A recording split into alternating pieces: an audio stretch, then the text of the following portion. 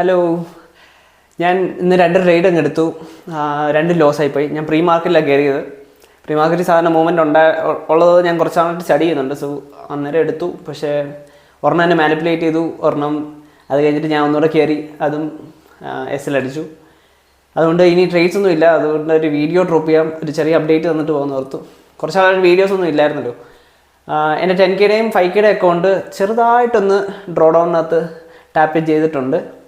ഫെബ്രുവരി മാർച്ചിൽ നല്ല പോസിറ്റീവായിട്ടിരുന്ന അല്ലെങ്കിൽ നല്ല വിൻ റേറ്റ് ഉണ്ടായിരുന്ന എൻ്റെ അക്കൗണ്ട്സ് പിന്നീട് ഏപ്രിൽ മെയ് ജൂൺ ഈ ഒരു 3 മാസം കൊണ്ട് റെഡിനകത്ത് കുളിച്ചിരിക്കുകയാണ്, ലോസസിൽ കുളിച്ചിരിക്കുകയാണ്. ഇടയ്ക്കിടയ്ക്ക് വിൻസ് ഉണ്ട്, ബട്ട് എന്തോ മിസ്സിങ് ആയ പോലെ എനിക്ക് തോന്നുന്നു. എന്താണെന്ന് ഇനി സോർട്ട് ചെയ്യേണ്ടതായിട്ടുണ്ട്. സോ ഒരു ചെറിയ അപ്ഡേറ്റ് തന്നിട്ട് പോകുന്ന ഓർത്തു. ഇനി ഞാൻ വീഡിയോ എടുക്കാൻ ശ്രമിക്കാം. ഇൻ കേസ് ഞാനൊരു ട്രേഡ് എടുത്തു കഴിഞ്ഞാൽ അപ്പോൾ തന്നെ ജസ്റ്റ് ഒരു ഷോർട്സ് പോലെ വീഡിയോ എടുത്ത് അതിനൊരു ഫോളോ അപ്പ് തരാൻ വേണ്ടി ഞാൻ ശ്രമിക്കാം. ബട്ട് എനിവേസ് ഇതാണ് ഇപ്പോഴത്തെ കറണ്ട് സിറ്റുവേഷൻ.